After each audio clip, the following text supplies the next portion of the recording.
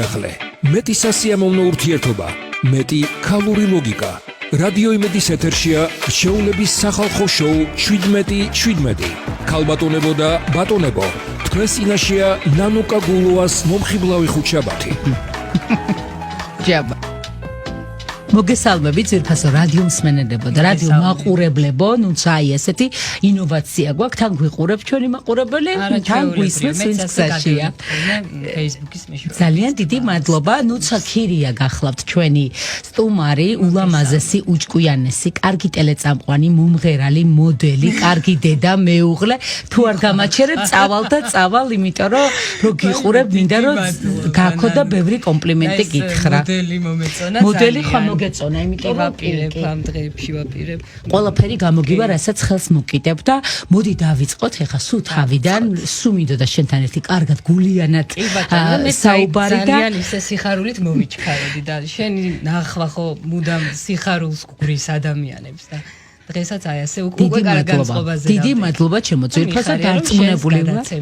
დიდი მადლობა. გარემოში. დიდი მადლობა დარწმუნებული ვარ ჩვენს რადიო მსმენელს და რადიო მაყურებელს ძალიან უხარია შენიდან ნახვა, იმიტომ რომ რაღაცნაირად გამორჩეული ხარ და მე მგონი იმ ძალიან ცოტა ადამიანს შორის ხარ, ვინც ყველას ძალიან უყვარს და ყველას ძალიან სიამოვნებს და ძალიან დიდი მადლობა კიდევ ერთხელ რომ მოხვედი ჩვენთან. ნამდვილად ასეა. ნუცა დავიწყოთ სულ თავიდან, შენი პირველი გამოჩენიდან, შენ გამოჩდი ჩვენ მუსიკალურ პროექტში, ხო? იმცე სკოლა. იმედთან, მოკლედ, მუდმივად რაღაც კავშირი არსებობს ჩემს ცხოვრებაში და პირველი ჩემი გამოჩენა ასე იყო ნუცა სკოლა პროექტი. ყველას ახსოვს ალბათ და ყველას უყვარდა ეს პროექტი. კი, და მე ყველას ვიყავი უყვარდა. 15 წლის. აი, უნდა მეკითხა, რამდენი წლის იყავი? ნუცა სკოლაში და ძალიან კეთილ, ბედნიერ, კარგ მოგონებად არის ეს ჩემს ცხოვრებაში ნუცა სკოლის პერიოდი და იმ დროიდან მოყოლებული მახსოვს როგორი სიყვარული იყო ხალხში აი ამ კონკურსანტების მიმართ, იმიტომ რომ მაშინ არ იყო ამ ხო, პირველი და განსაკუთრებული იყო ნამდვილად და ნამდვილად ყველა მთელი საქართველო უყურებდა და დღემდე აი ცოტა ხნის წინ რომ ვიხსენებდი ჩემს მეუღლეს რომ გავყევი სამეგრელოში კონცერტზე იქ ისე დამხვდნენ როგორ ახსოვდათ ნუცა სკოლიდან ნუცა უფრო ახსოვდათ ვიდრე აჭი ნუცას უფრო სიხარულით შეხვდნენ ახლა მეგრელები რა ვქნათ, ნუ რა ვქნათ, მოხდებოდა ესე. სიძეო ესე ამბობდნენ აჭიკოზე. ძალიან კარგია, რომ ეს რაღაცნაირი შენი კუთხის დიდ სიყვარულს განსაკუთრებულად რო გრძნობ. მგონი ასეც უნდა იყოს და მართლა ეგრე არის, აი ნუცა სკოლიდან რაღაცნაირად დასამახსოვრებელი სახეები ხართ ყველა, ან მართლა მთელი გულისყურით ვუყურებდით, სხვა არაფერი იყო იმ პერიოდში და ყველა ძალიან გვახსოვხართ და გულშემატკივრობთ და ასე შემდეგ. აი ეს პროექტი გახდა მერე განსაზღვრელი ნუცა შენი კარიერის თუ როგორ დაიწყო ეს ყველაფერი? ოდი ესე, იმიტომ რომ ამ პროექტში მონაწილეობაც დიდწილად ჩემი ინიციატივა არ ყოფილა. არ ვიყავი ინიციატორი, აქტიური ბავშვი და ეხ დღემდეც ანუ ესეთი ადამიანი არ ვარ აქტიური და მაშინაც მახსოვს რომ ოჯახიდან, აი ბები გამომდინარე იქიდან რომ მთელი ოჯახი მღერო და ჩემები მღერიან დღესაც დედაც, დაც, ბებია, ბაბუა ყველანი და ეს რო არსებობდა ბებია უყურებდა სულ მოკლედ ამ ნუცა სკოლას და მოწონდა და მას ძალიან დიდი სურვილი ჰქონდა რომ მეც რადგან მღეროდი მიმეღო მონაწილეობა და მახსოვს რომ ბებიის ძალიან დიდი გავლენა იყო და თითქოს რაღაცნაირად მისი ხათრით აუსრულე ხო სურვილი არსებობდა რაღაც წილად ჩემი, მაგრამ ნუ ესე გამოვიდა რომ ბებიას ინიციატივა იყო და მე დაუბი მხარი და მივიღე მონაწილეობა და არც მაშინ ყოფა არც მიზანი იყო რომ მე უნდა გავიმარჯვო. აი უბრალოდ სიამოვნებდა იმ მომენტში ყოფნა და რაღაცა საინტერესო გამოცდილება იყო რა. აზარტული ხარ, თუმცა არ ხარ აზარტული თუ? აი დაწყება მიჭირდა მე თუ შევედი. ხო. უკვე მე ხდები მე ხდები. ეს საწყისის რაღაცა ბიძგი გჭირდება. მე მგონი კარგი ბიძგი ყავს ცხოვრებაში ნაპოვნი, იმიტომ რომ სულ ჩახარ, სულ ხედავთ და შენი რაღაცა უკმარისობა არ გვაქვს და ესე იგი შენი ბიძგის დამსახურებაა, რომელიც ყავს ცხოვრებაში და შენს ბიძგზე აუცილებლად ვისაუბრებთ. მოდი, ეხლა გადავიდეთ შენს ახალ ამპლუაზე, ძალიან მეჩქარება იქაც შეგაქო, იმდენად სასიამოვნო საყურებელია ყველაფერი, იმდენად სიმშვიდე, იმდენად სილაღე, ერთმანეთთან რაღაცა ჰარმონია, იგრძნობა. აი რეალურად როგორ მოხდა შენი ამ გადაცემაში, აი ამ ახალ ამპლუაზე დათანხმება, თან მით უფრო რო ამბობ, რომ ეს ბიძგი გჭირდება და იქ როგორ გრძნობ თავს, ესეც გაგვიზიარე. ამ საკითხსაც შეეხება, როდესაც ანუ არც დამიშვია, რომ შეიძლება დავფიქრდე კი თუ არა, ანუ ეს არის მანამდე სულ ხდებოდა ისე, რომ მანამდე პროექტი მიმღერე, ჩემთვის უსაყვარლესი პროექტი, რომელშიც აჭიკოსთან ერთად მღებულობდი მონაწილეობას.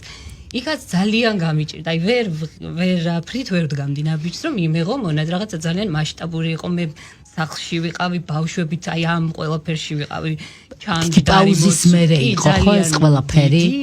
პაუზა მქონდა ესეთი, რომ რაღაცა ჩემ კომფორტის ზონაში ვიყავი და აქედან გამოსვლა იმდენად მიჭირდა, რომ აი ამ მიმღერეზე დათანხმებაც, რომ არაფრით არ ვშვებოდი, არამედ კი ვერ მივიღებ, ვერ ვიმღერებ, არც იმღერა ვიცი, არც ლაპარაკი, მეთქი არაფერი, მე არ ვიცი თავი დამანებ. მაგრამ ნუ მე ისე აღმოჩნდა, რომ ისეთი გარემო, ისეთი მეგობრების წრეში აღმოჩნდი, რომ რაღაცნაირად ესე ნელ-ნელა შემაპარეს მოგლეთ და მივიღე. ბიძგთან მივედით. მე კიდევ კარგი რომ ყველაფერი მოხდა. კიდევ კარგი რომ ეს ყველაფერი მოხდა ნამდვილად, რომ ეს მიმღერე მგონია, რომ იყო ბიძგი კიდევ ერთი ჩემს ცხოვრებაში, რამაც შემდეგ მოიტანა უკვე აი ეს დღეს, რასაც ვაკეთებ, შაბათ-კვირის დილა. და ძალიან დიდი სიხარული და ბედნიერება იყო ჩემს ცხოვრებაში და არის ეხლაც, იმიტომ რომ ძალიან გამიმართლა რა, ისეთ ადამიანებთან მოვხვდი, ისეთ პროფესიონალებთან, ისეთ კარგ პიროვნებებთან ერთად. კი, ნამდვილად. ყოფნა, რომ ეს ძალიან მაბედნიერებს და რაღაცნაირად ვცდილობ, რომ ეს ტელეწამყვანის როლი მოვირგო და მომწონს და მინდა რომ შევდგე კარგ ტელეწამყვანს. ხო, ისეთი ახსოვანებით ლაპარაკობ, ეხლა ნახე, რაღაცა თითქოს ეს სიმღერა და მუსიკა გახდა მერე ანუ ბიძგი იმის, რომ ეს წამყვანი გამოხდა. ეს უფრო მოგწონს, ანუ უფრო შენია. პროფესია არის, მე ჟურნალისტიკა მაქვს დამთავრებული, მაგრამ რაღაცნაირად ვერ მოხდა ჩემი რეალიზება ამ პროფესიით. ანუ ჟურნალისტობა ამ მხოლოდ ესე ან ტელეწამყვანობა კიდე სხვა რაღაცა არის, ჟურნალისტიკა სხვა და ჩემ თავს ესე ჟურნალისტს ვერ ვუწოდებ, იმიტომ რომ ეს ის სფეროა და ეს ის პროფესია, რომელიც ასე დიპლომი მიდევს სახლში და თეორია კარგად ვიცი. ხრობით ასე არის სწავლება რა. სხვა უნარები ჭირდება, მე სხვა შემდგარი ჟურნალისტი ვარ და გიგებ მარტო ნასწავლი გვაქვს. ნამდვილად ეს არის პრაქტიკაში და გამოცდილებაში მოსული პროფესია, რომელიც სხვანაირად უბრალოდ წარმოუდგენელია, რომ შედგე ჟურნალისტად და ნუ რაღაცნაირად გავუშვი რა ეს პერიოდი, რაც უნდა მომეხმარებინა თუ დამეთმო უფრო სწორად ამ პროფესიის განვითარებისთვის. აღმოჩნდა, რომ სახლში ვიყავი ჩემს ნიკოსთან და ალექსანდრესთან ერთად. გადასარევებიჭებთან. არც ერთი წუთით რა თქმა უნდა, უბრალოდ მოვაკელი ეს ჩემს პროფესიას და ეხლა რადგან მომეცა შანსი, რომ ისევ ტელევიზიას დაუბრუნდი და უკვე აი ამ ამპლუაში, როგორც ტელეწამყვანი, არ ვიცი, მგონია რომ რაღაცნაირად ბედია ალბათ არ ვიცი რომ ისე ძალიან დიდ სიამოვნებას იღებ ამ ყველაფრისგან და არ არის ეს ყველაფერი რაღაცა ისე შემთხვევით და აი შენი განწყობაც მოვიდა რომ გინდოდა ეს ყველაფერი და ეს ის არის რასაც ეგრევე დათანხმდი.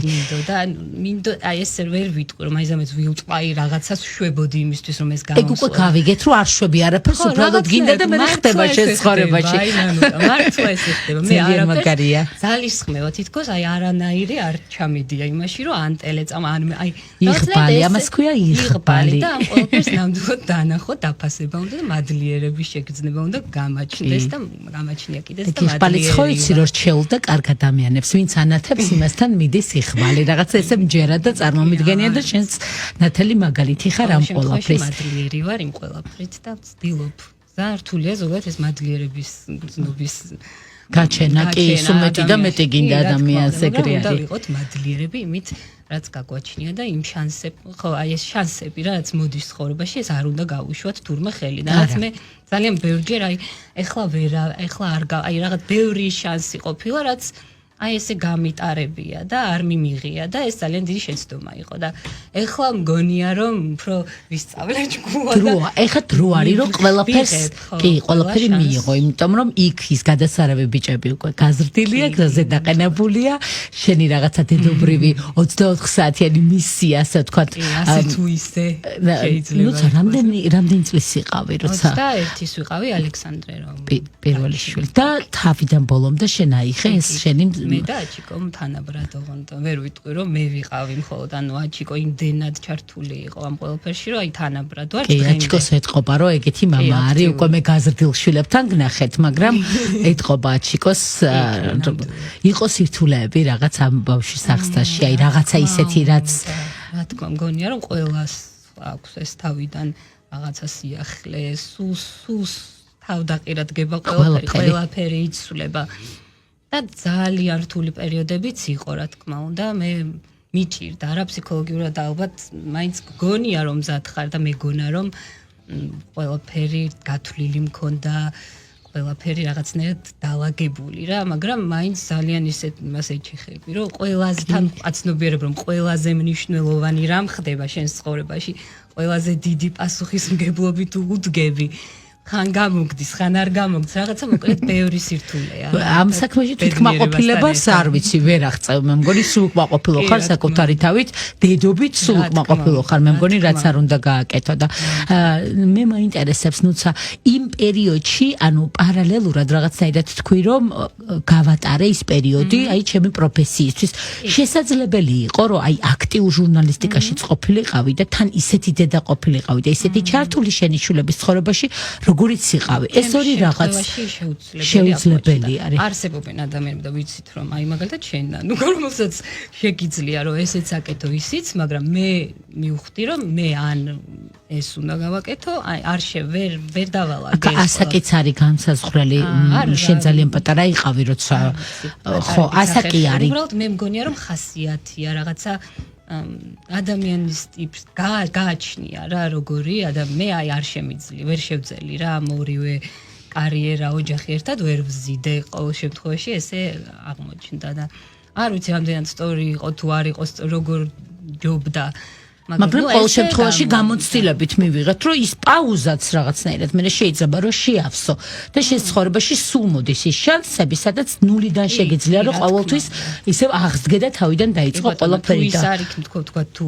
ამ ჩემს პროფესიაში არ იქნება და რაღაცა სხვა გამოჩნდებოდა და რაღაცა აუცილებლად ხო შენ უკვე გზაობა გქონდა ხო რომ უკვე რეალიზება საკუთარი თავის უნდა მოგეხდინა ეს თან ყველაზე დიდი სირთულე და საინტერესო რა არის იცი როდესაც ჩაფლული ხარ ამ რუტინაში ოჯახურ ხდები აი თითქოს მოთხოვნილებაც დიდად აღარ გაქვს იმის რომ აი რაღაცნაირად ინერციით მიყვები ცხოვრების აი რაღაცნაირად ისა არ ხდება დროს არ არის იმისთვის რომ კიდე რაღაცა შენი მიზნები რაღაც ყველაფერი იკარგება რა ამ რუტინაში და მე უბრალოდ მე ბოლოს ისე მოხდა რომ აი ფიზიკურად აი ორგანიზმი ხობდა სიგნალებს რომ ასე აღარ შეიძლება და აი სულ რაღაც მაწუხებდა, სულ რაღაც მექიმებთან დავდიოდი, მეგონა, ან ფსიქოლოგიური პრობლემები შეიძლება ითქვას, რომ ალბათ მაქედან მოდიოდა, რომ როდესაც ადამიანი რაღაცაში ვერ ახდენ რეალიზებას, შემდეგ უკვე რაღაცა სხვაგან გადადის ეს პატარ-პატარა პრობლემები და ესე მოხდა და ფიზიკურად გრძნობდი რომ ძალიან დიდ მოტივაციას აძლევ ხა ახალგაზრდა გოგონებს, დედებს, რომლებიც აი ესე ფიქრობენ რომ ამ პაუზის მერე არაფერი არ იქნება ან თუნდაც ეს რაღაცა პრობლემები, რაზეც ახლა შენ საუბრობ, თუ აქვთ, ეგრევე მიხვდებიან რომ თვით რეალიზების დროს შეიძლება რომ ყველაფერი კარგად ჩაიაროს და გაუაროს ამ ყველაფერმა და ეგ ძალიან მაგარია რომ ამ ყველაფერზე საუბრობ და ესეც ერთგვარი მიგნება არის ხა ჩემთვის რასაც შენ ლაპარაკობ და ძალიან მიხარია რომ ესე მიხვდი, სწორად მიხვდი რა უნდა გაგეკეთებია იმისთვის რომ თავიდან ძალიან რთულია ვერ ხვდები მაგრამ მე ხან ვიღაცა დედა გეტყვის ან რაღაცა ნელ-ნელა მივედი მე თვითონ მივედი ნელ-ნელა იმ აზრამდე რომ ეს მოდი რაღაცა უნდა შევცვალოთ და რაღაცა ახალია საჭირო ახალი სისხლი ახალი მოგეცა ეს ახალი სისხლი, მოგცა გენიალურმა მუსიკალურმა პროექტმა მიმღერემ, რომელიც მართლა ისეთი ოჯახური, ისეთი თბილი და ისეთი პროექტია, რომ ძალიან რო სჭირდება ეხა ადამიანს განსატვირთად და მართლა რაღაცა სიყვარული შემოაქვს და მოდი შენზე და აჩიკოსე გადავიდეთ რაღაცნაირად ორი სიტყვი და მე აუცილებლად შენი მიზნები უნდა მოვისმინო, რა გინდა, როგორ გინდა შენ შულებთან ურთიერთობა, 1000 შეკითხვა მაქვს.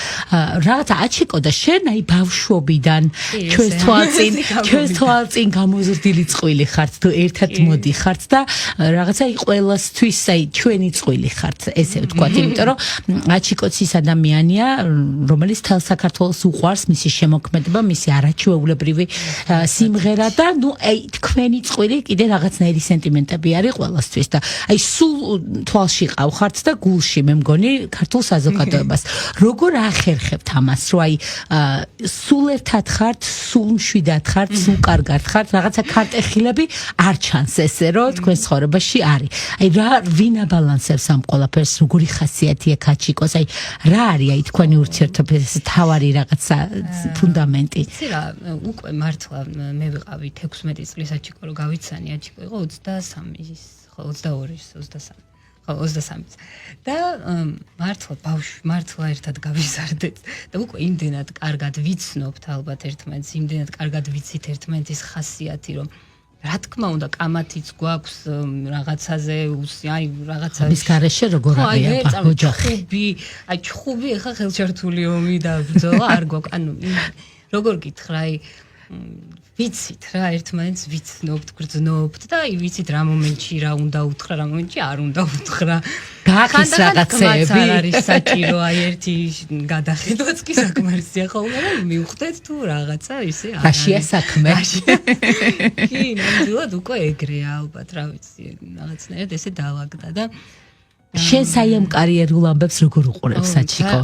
აჩიკო არის ჩემი აი დედის მეორე გულშემატკივარი რა, რომელიც აი სულ იმით აი სანამ აი რომ ყვებოდი ცოტა ხნის წინ ჩემს საწყის ეტაპს რა, სანამ დავიწყებდი თქვათ სამსახურს ახალ თემებს ჩემს ცხოვრებაში, მოკლედ სულ იყო ძალიან აქტიურად, რომ აბა მიდი და აბა ეხლა ეს წადე და იქ წამოდი ვიმღეროთ ისკენი სულ რაღაც იდეებს თავაზობდა და სულ მონდომებულია რომ მეც ესე აქტიურად ვიყო ჩართული ამათ.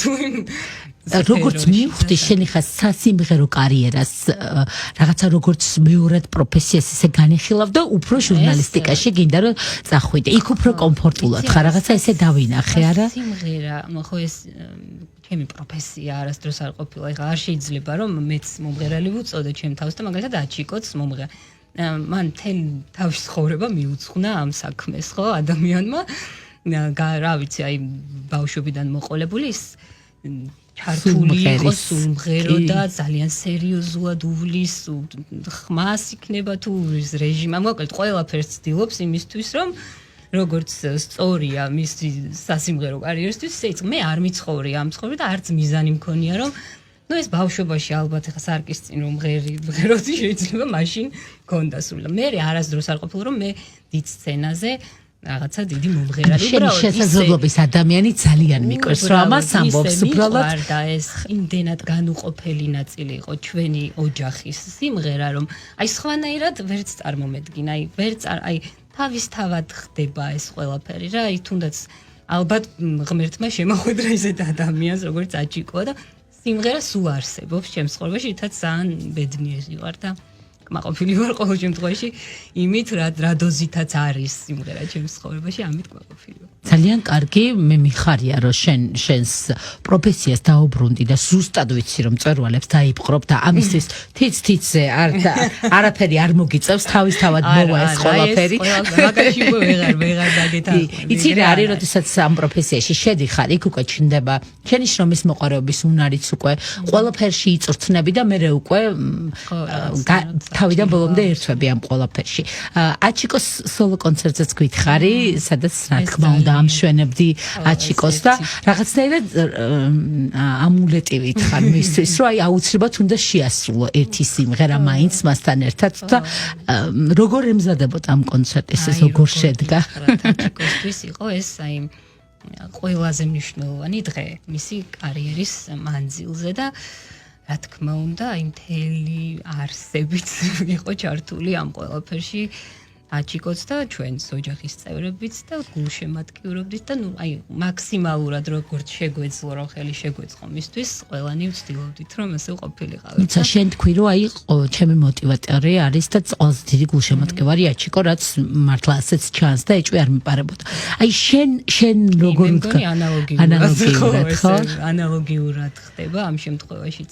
არ ვიცი მე ყოველ შემთხვევაში ყველაფერნაირად ვცდილობ და იმდენად მიყვარს აჩიკოს მის პროფესიაში რომ მინდა რომ რაც შეიძლება წარმატებული ან ყველანაირად ვცდილობ ყოველ შემთხვევაში მე რაც შემიძლია რომ ხელი შევუდგე გვერდში კი გეტყობათ ეს ყველაფერი ძალიან მნიშვნელოვანია როცა რაღაცა შენი მიზნები გაქვს კარიერული და ამაშიც გვერდით გიდგას შენი მეორე ნახევარი აი რაღაცა შემდგარი წყვილის ყველაზე მნიშვნელოვანი ფუნდამენტი არის ესეც და გეტყობათ ისედაც შეკითხვის გარეშეც რომ ესე იყო შვილებზე გადავიდეთ თუმცა რაღაცა ორი სიტყვით ვთქვით ახლა რომ აღზრდაში ორივე ჩართულები იყავით და ასე შემდეგ რაც უფრო იზრდებიან, უფრო რთულია თუ რა ხდება ასეთ შემთხვევაში. მითხარი, რა ეტაპებს გადიხარ? ხარ რა ეტაპზე იცი, ანუ კაი, 1-2 წელიც და რო გეუბნებიან და შენ რო გჯერა. კი, აი ზუსტად ამიტომ გკითხე, იმიტომ რომ ყველას ვინც 1-2 წელი აშორებს ჩემს შვილებს რომ ვუყურებ,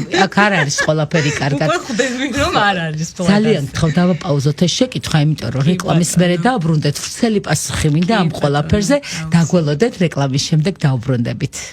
აბრუნდით ძირფასო რადიო მსმენელებო, ვინც ახლა შემოგვერთით გეტყვით რომ ჩვენი უსაყვარლესი ნუცა ქირია ყავს სტუმრად, ძალიან სასიამოვნო და სასარგებლოდ საუბრობს, ხათა შორის ვინც პირველი ნაწილი ვერ ნახეთ, აუცილებლად გირჩევთ რომ ნახოთ, განსაკუთრებულად ახალგაზრდა დედებს ეხებათ, ეს აუცილებლად ნახეთ, ძალიან დიდი мотиваცია მისცა მე მგონი ახალგაზრდა ქალბატონებს იმისთვის რომ ყველაფერი შეიძლება დაიწყო მაშინ როცა მოგესურვება, ასე ვთქვათ და როცა იღბალიც გიწყობს ხელს.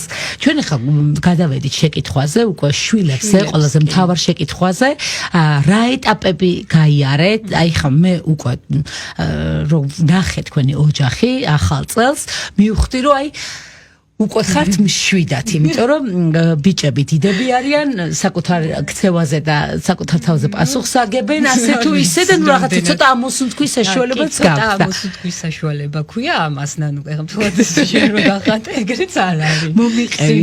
რა ეტაპებს გავდივარ ორი ბიჭის აღზრდა, აი ასე რომ საკუთარ თავზე გაქვთ შენ და აჩიკოს თავიდან ბოლომდე აღებული, აი რა ეტაპებს მოიცავს ეს ყველაფერი. რთულია, მაგრამ თან მერიდება, იმიტომ რომ ადამიანები ჩემს გარშემო მაგალითად ჩვენს ახლობლებს და მეგობრებს ბევრად მეტი შვილები ყავთ და ძალიან კარგად უმკლავდებიან და მე ხანდახან წუწუნებ ხოლმე და მე მწხვენია რომ აი ორი შვილი მყავს და ჩემთვისაც წარმოუდგენელი არის ხო ამას რომ მეუბნებია რომ ვიღაცას 8 ყავს და 6 მე აუცილებლად პასუხობ რომ ისინი ალბათ ასე ინდივიდუალურად არიან ჩართმაშინ ნუ რაღაცაზე ბუნებრივი უნარია ჩემთვისაც ეგრეა ადამიანები ჩემთვისაც მაგალითად ჩემი მეგობრები რომლებიც ყველაფერს რომ ასწრებენ ხო არიან ასეთი ადამიანები რომ დილას დაალაგებს ადილს გააკეთებს წავა იმუშავებს ბავშვებს ამეცადინებს მერე მოვა კიდე დაალაგებს კიდე ყველაფერი რომ შეუძლიათ ხო არიან ასეთი კი როგორ არ არის მე არ ვარ ასეთი არც მე არაფერ არ შემიძლია არც მგონია რაღაც ზებურ სუპერ ძალას ფლობენ ეს ადამიანები და კი შექებას იმსახურებენ ნამდვილად 1-5 შვილი მეც ვიყო იცი რა არის ეგეთი ხარ მაქსიმალისტი ხარ საოცარი დედა ხარ საოცარი მეუღლე ხარ კარიერაში გადასარევი ხარ შენ ვიღაცის ძალიან დიდი мотиваტორი ხარ და ახლა შენ კიდე რას უყენებ შენ თავს რა მოთხოვნებს და ნეტა რაში ხარ უკმაყოფილო არ ვიცით მაგრამ ნუ შენ თვითონ ახარ უკვე სუპერ ძალა იმიტომ რომ შევადაროთ საკუთარი შესაძლებლობები არა ხო ისე დავკმაყოფილდეთ იმით რა შეგვიძლია კი არ ვიცი ყოველ შემთხვევაში ვცდილობ რომ როგორც ყველა დედა არ ვიცი რა მე განსაკუთრებულს არაფერს არ ვაკეთებ არ ვიცი ყველა როგორც ყველა ისე მე რა სტატუსი გაქვთ მეგობრები ხართ თუ აი როგორი დამოკიდებულება გაქვს მეგობრები ვართ მე და ალექსანდრე უკვე 13 წლის არის და აბსოლუტურად მეგობარია ჩემი მეგობარია აი რა თქმა უნდა არის მომენტები რომ ის რაღაცა ზღვარი არ უნდა დაუკარგოთ რა მე ესე მგონია რომ დედაშვილობის აი ეს რაღაცა არ უნდა წაიშალოს უნდა არსებობდეს დედა და არის თქვენ შორის ეს რაღაცა ხო არის ის დისტანცია ზუსტად ვიცი რომ ყველაფერს მიყვება, მანაც ზუსტად იცის რომ ყველაფერს ერთმანეთში რაღაცა საიდუმლო დამალვა ერთიობით ყოველ შემთხვევაში აქამდე არ ყოფილა და ძალიან დიდი სურვილი მაქვს იმის რომ ესე გაგრძელდეს და ერთმანეთის გესმოდეს ერთ ენაზე შეგვეძლოს საუბარი და აჩიკოსთანაც ესე უადვილდებათ, ანუ ამ ყველაფერზე საუბარი თუ უფრო შენთან უადვილდებათ? მე მგონი ორივესთან. კი, აჩიკო უფრო კაცრი არის ხოლმე, აი ბიჭებთან რაღაც უფრო უხეში შეიძლება ითქვას და მე როლები გაქვთ განაწილებული ესე ხო? შეიძლება უფრო უმობიერი, მაგრამ მაინც არ არის რა ეს დაბრკოლება არა აქვს აჩიკოსთანაც, იმიტომ რომ აჩიკოსაც ამ სხვადასხვანაირი აი რაღაც სხვა ურთიერთობა აქვს მამას და შვილებს და მე დედას აი რაღაცა სხვადასხვანაირად ვართ, არ ვიცი. კარგია, ეგ ბალანსი არის. აი ბავშვობიდან რაღაცა ეგრე არის, იმიტომ რომ ხა ნინას რო უნდა რომ გახამ რაღაცა შენიშნა უთხრას, მე მწერს მესიჯს რომ რამე უთხარი. თვითონ სხვანაირად უნდა რომ ეთყობა იყოს მათ თვალში და მეც ვეხმარები ამ ყველაფერში, რომ თქმელი ამ შემთხვევაში ვარ მე და აი იმ ბალანსის დაჭერა რომ თან მეგობარი იყოს და არაფერი არ გამოგეპაროს და ყველაფერი გაგიზიაროს და გენდოს. ეს როგორ უნდა მიხვიდე აქამდე, ანუ ისე რომ თან საზღვარი არ მოშალო, იმიტომ რომ თქვენ მართლა გაქვთ ეგეთი ურთიერთობა, რომ აი რაღაცნაირად ერთი ხართ და ერთი ორგანიზმი ხართ. აი ვცდილობ რომ ხო მე მგონია რომ ამაზე დიდი სირთულე ცხოვრებაში რომ აღზარდო ადამიანი აღზარდო, რასაც ქვია და არა გაზარდო აჭამო და აბანო. ხო, რა თქმა უნდა. ამაზე დიდი სირთულე მგონია რომ საერთოდ არ არსებობს და ამაზე დიდი პასუხისმგებლობა და ნამდვილად. იმდენად საფრთხილო თემა არის ჩემთვის და იმდენად სიფრთხილით და დიდი ყურადღებით ვუდგები რომ არ ვიცი, ყველა ცხოვრებაში ხდება ალბათ სადღაც შეცდომას ყველა ვუშვებთ რა იდეალური არც ხანდახან ზედმეტი ყურადღებაც შეიძლება დამაზიანებელი აღმოჩნდეს. აი სად არის ეს ბეწვის ხიდი? ხო, აი ბეწვის ხიდზე გავდივართ ნამდვილად დედები, მშობლები. და არავინ იცის რა იქნება, რა შედეგი დადგება, რა ადამიანი გაიზრდება საბოლოოდ. რა კოჭებში ეთყობა ეს გამოთქმაც არსებობს და რაღაცნაირად ბავშვობიდან ჩანს ეს ყველაფერი. რომ ასეთი კარგი ოჯახიდან რატომ მოხდა იყო ეგეთი რაღაცაც როგორ არ არის, მაგრამ ხო, შენ როგორც მშობელმა მაინც გინდა რომ მაქსიმალურად ყველაფერი გაუკეთო შეშულს. მაქსიმალურად აი სკოლაში ჩართული ხარ თავიდან ბოლომდე, ნუ აი მშობელთა კრებები თუ აი ეს რაღაცა ეხა რო არის მესიჯი ჯგუფში რაღაცა მშობლები, ჩემთვის ეს არის წარმოუდგენელი რუტინა, რომ ის სულ პასუხი უნდა გასცე, სულ კონტაქტზე უნდა იყო ამდენ მასწავლებელთან და არაფერი არ უნდა გამოგეპარო. ეს არის ჩემთვის დაუძლებელი რაღაც. ეგეთი მშობელი ხარ, ანუ ყველა კი, რა თქმა უნდა, ჩართული ვარ ამ ყველაფერშიც, ნუ ესეც სირთულეს ახლა შე როგორც ყვები არ წარმოადგენს ავტომატურად ხდება ყველაფერი. აი მე უფრო რთულად გვაქვს ახლა აი ეს მეცადინეობის აი ამ რეჟიმში მოქცევა ამ ყველაფრის, აი ეს გვიჭირს ძალიან, რადგან მე და აჩიკოს ჩვენ თავს ვაბრალებთ, იმიტომ რომ ჩვენ ისეთი თქვათ ცხოვრების რიტმი გვაქვს, ხან მივდივართ, ანუ მე ბავშვები ბებიასთან დავტოვებთ, მე რაღაცა იქ აუცილებლად რომ მივდივართ იქ ვირუსი უნდა დაიმართოს მაგ დღეს, მე სკოლას გააცდეს, ანუ ჩვენი ცხოვრების წესიდან გამომდინარე ხშირად ვურევთ ამ რეჟიმს ჩვენ თავადვე, ჩვენ შვილებს. მართლა ესე გამოდის და მე ისევ ამ რეჟიმში ეს ამ სირთულეში ვართ ეხლა მოკლედ რომ გითხრა რომ როგორღაც დაალაგოთ რეჟიმი. მეცადინეობა კი აი ამ რეჟიმი რაც ყველაზე მნიშვნელოვანი იმისთვის რომ მე ცოტა მშვიდად იგრძნო თავი. კი, მე ანუ ჯერ ამოსულ თქვა არ დამდგარა, მომეჩვენა მე. ჩემ ყველაში ასეა და ეს არის ყველაზე დიდი სირთულე, რომ დროზე დავიძინოთ, ვიმეცადინოთ, აი ეს თემები. კი, რეჟიმი ძალიან მნიშვნელოვანი, ამას ამბობს, რა ვიცი, ყველა ფსიქოლოგი და ყველა ესეთი გამოცდილი მშობელი როგორც ჩვენ, რომ რეჟიმით იწყება ყველაფრის მოწესრიგება და ნუ ეს რაღაცა თვეებიდან, ჩულობიდან იწყება ამ რეჟიმს მიჩვევა.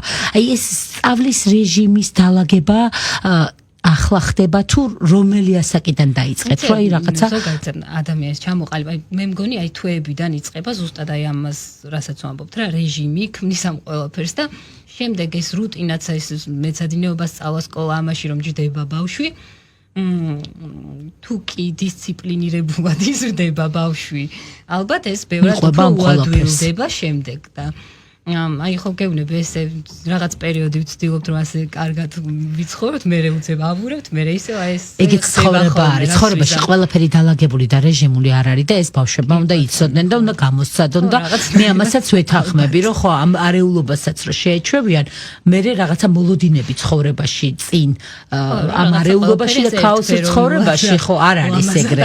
არ არის ლამაზად ხო მეც რაღაცები ბევრ რაღაცებს არ ვეთანხმები რომ აი ბავშვს სულ უნდა რაღაცა ყვავილებში და პეპლებში იყოს, იმიტომ რომ არ არის ცხოვრება ესე, ხან დაყვირებაა ცხოვრება, ხან სირთულეა, ხან ის არის და ყველაფერი რაღაცნაირად უნდა გამოსცადონ. ისე როგორც არის, ისე უნდა მიიღოს. მე გეთანხმები იმაში, რომ აი რაღაც ზედმეტად რომ ფუთავენ და ზედმეტად რაღაცნაირ გარემოს რომ უქმნიან. არ არის ამ სამყაროს ერთხელაც რომ გაუსწორებს ხო შეიძლება მართლა შეეშინდეს რომ მე ეგ ყველაფერი ეგრე არ არის. ბუნებრივად რომ ხდებოდეს და იმ გარემოში გაიზარდოს, რაშიც მე მოუწევს ცხოვრება თავიდანვე მე მგონი ჯობია. რაღაცა ისეთი აკრძალვები ან რაღაცა წესები თუ გაქვს, ისეთი რასაც უწესებ რო ან დაუშვათ გაჯეტები არა, ის არა, ეს არა, აი რაღაცა აი როგორც ნანუ აი დარწმუნებული ვარ ყველა შენ გარშემოც ხო ვისაც შვილი ყავს, ყველას რა პრობლემებიც აქვს, იგივე არის ჩემსთანაც, რომ ეს ეკრანთან დიდხანს ყოფნა, ტელეფონი ხელში, ანუ აი ამას ვებრძვით, რა თქმა უნდა, მთელი ოჯახი გამალებული. გამოგდით, თავარი ეს არის. აი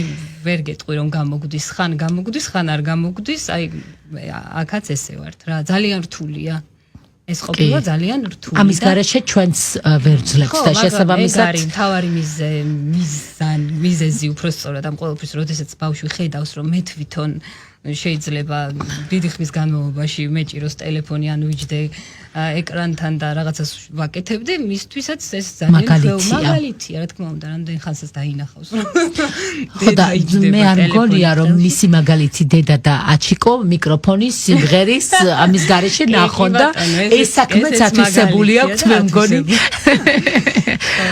ვიცი რომ უფროსი ფანტასტიკურად მღერის და მინახავს და მსმენია და პატარაზე მითხარი. მღერის. ხო, არაჩვეულებრივად მღერის. მაგრამ ესე ჯერ არ დადის სიმღერაზე და ესე არა აი მამა ყავს მასწავლებელი მენტორად და მასწავლებლად. მამა სტუდიაში მოსაყვანია, იმიტომ რომ სულ მამა და მოკლედ მამაც გამოსაკითხი არის კარგად. თუმცა ძალიან დიდი მადლობა რომ მოხვედი. ასე სასიამოვნო და გულწრფელად გვესაუბრე და გაგვიზიარე ყველაფერი, რაც ძალიან გვაინტერესებდა და გვენატრებოდა. დაამპირდი რომ არაერთხელ მოხვალ, იმიტომ რომ მე ზუსტად ვიცი, გრძნობ როგორც მორიელი, რომ შენი მიზნების ძალიან დიდი ასრულება გელოდება და ყველაფერი რასაც დაისახავ მიზნად ნაბიჯ მიხვალ და ეს სიახლეები უნდა დამპირდე რომ სულ ჩვენთან უნდა გააზიარო. სიამოვნებით ყოველთვის ძალიან დიდი მადლობა. დიდი მადლობა. ძალიან დიდი მადლობა. დაგემშვიდობებით ძვირფასო რადიო მსმენელებო, ნუცა ქირია იყო ჩვენთან სტუმრად, რომელიც არაერთხელ მოვა, აუცილებლად თუ ვერ მოასწრით, გადაახვიეთ და მოусმენთ ამ ინტერვიუს. მე შემდეგ ხუთშაბათამდე გემშვიდობებით. ნახვამდის.